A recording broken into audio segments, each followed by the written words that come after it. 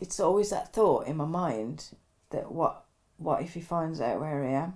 Even now, nearly 10 years later. Oh, yeah, so unless I know he's dead, I don't think I'll ever feel like I could. 9 years ago, when I was 16, my mother was raped. She was completing community service at the time, and now in 2025 he still hasn't been brought to justice, and he won't be, along with thousands of other rapists and sexual offenders in the UK.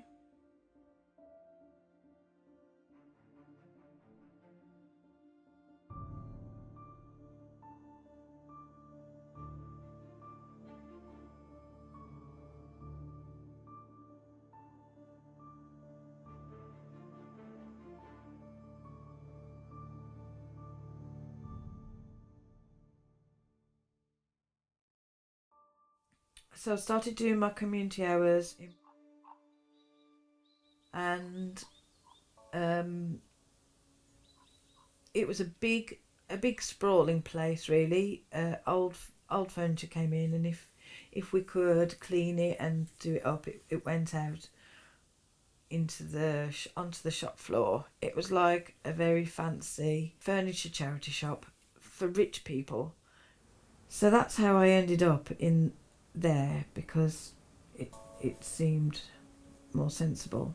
Prior to me getting community service, I'd worked 10 years for Cheshire East County Council.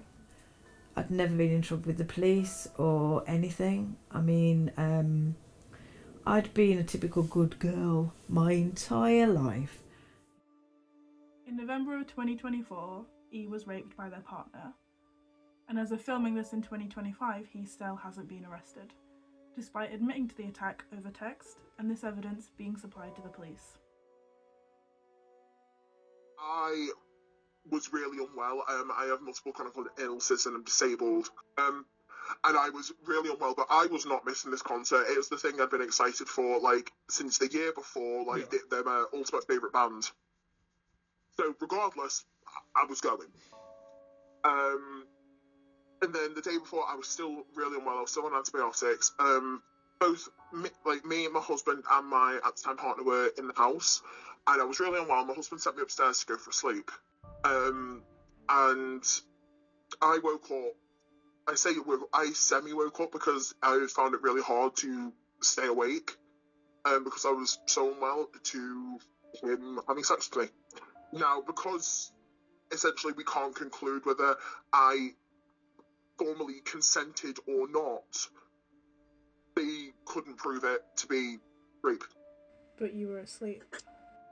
Yeah.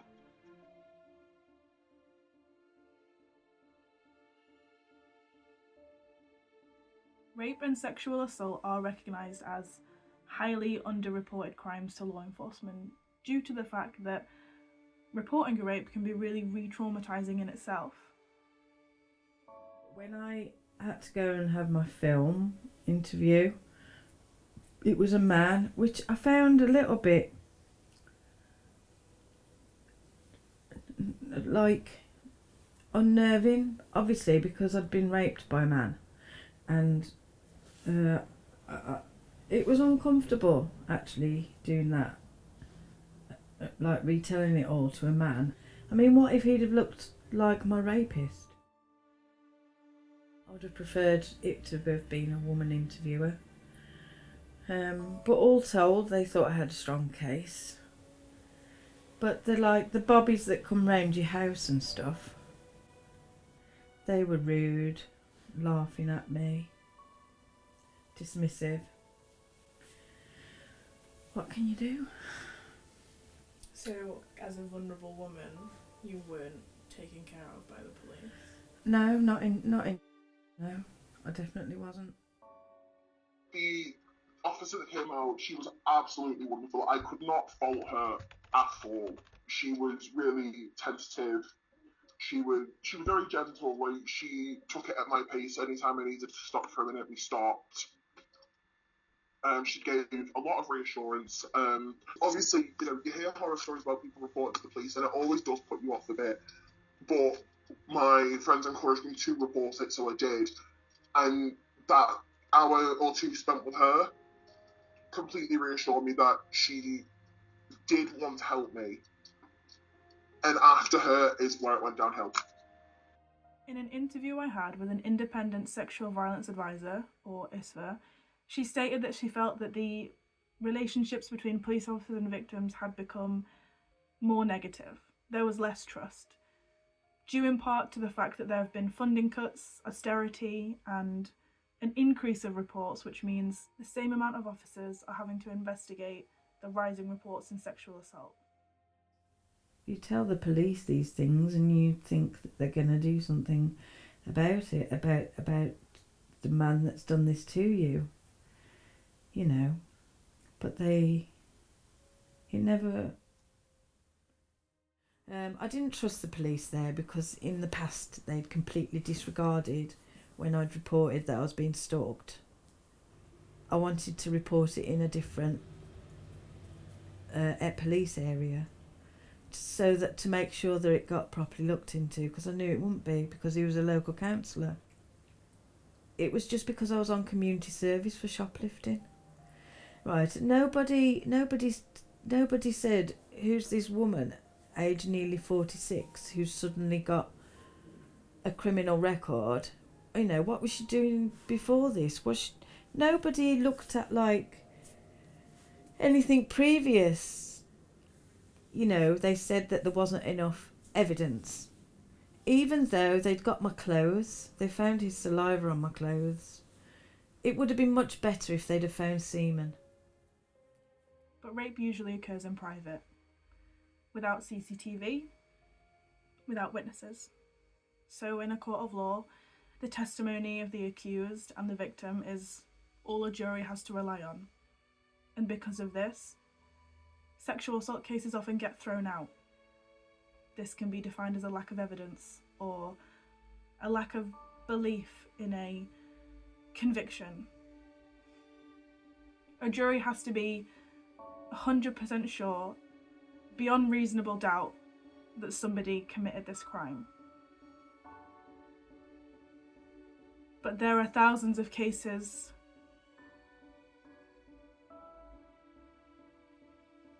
where people don't get to that point.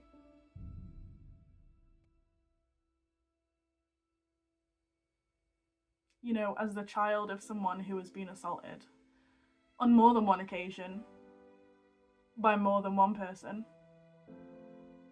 and I have seen nothing come from that, nothing come from the reports. I personally don't trust this government. I don't trust the system. I don't trust the CPS.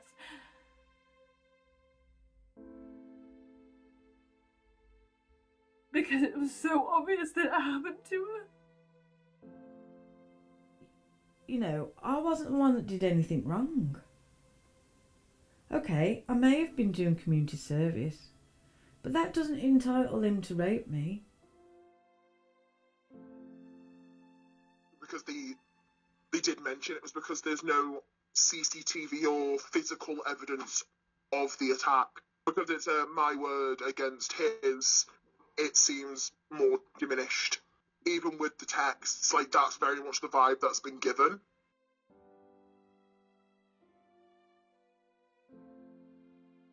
They also tried to class it as domestic violence rather than sexual assault. And they demoted those to domestic violence as presumably because you guys were in a relationship? Yeah.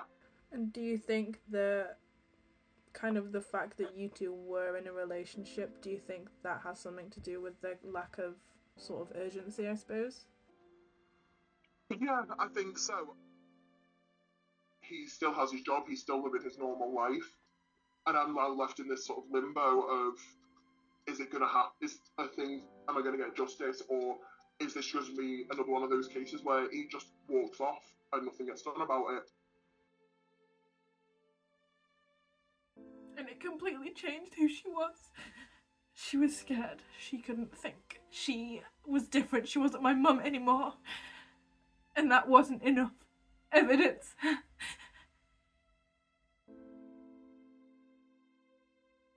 And he is still out there.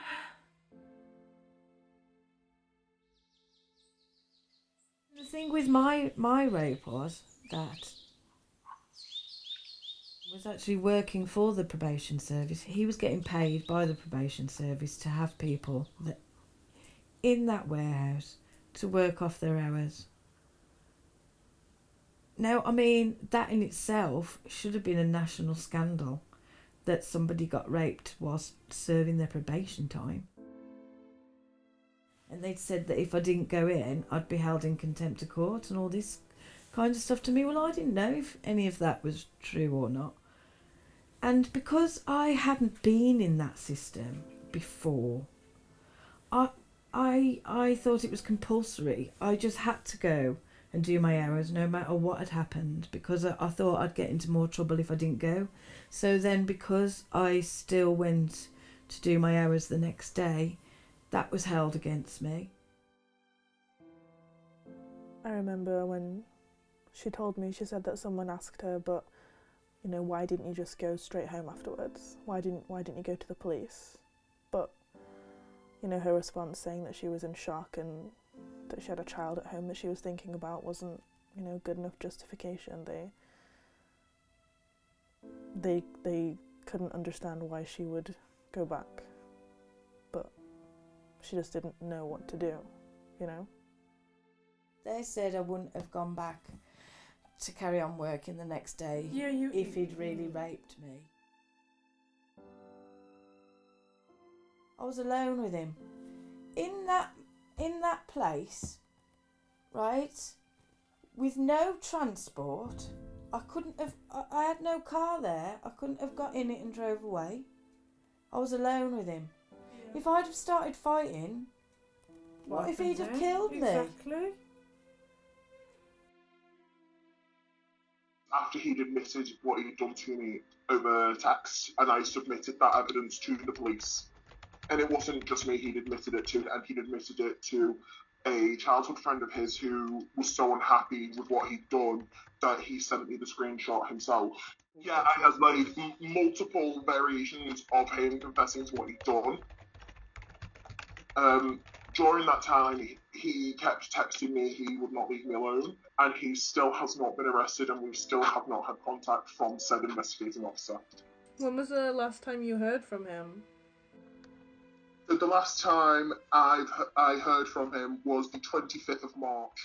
Because you can't get in contact with your investigating officer. How many times do you think you've contacted them? 101. I think in 1 month alone, trying to find out what was going on, over the course of 3 days, me and my husband counted it, there was 67 attempts over 3 days. She said that when she got the call from her investigating officer saying that it wasn't going to go through to the courts, and the CPS didn't want to take any further action because they didn't believe there was enough evidence and there wasn't enough probable cause for a conviction. She said she felt like she was going to die. And he rang me to tell me that the Crown prosecution said there wasn't enough evidence and they weren't going to proceed further. I literally collapsed in the hallway because I couldn't believe.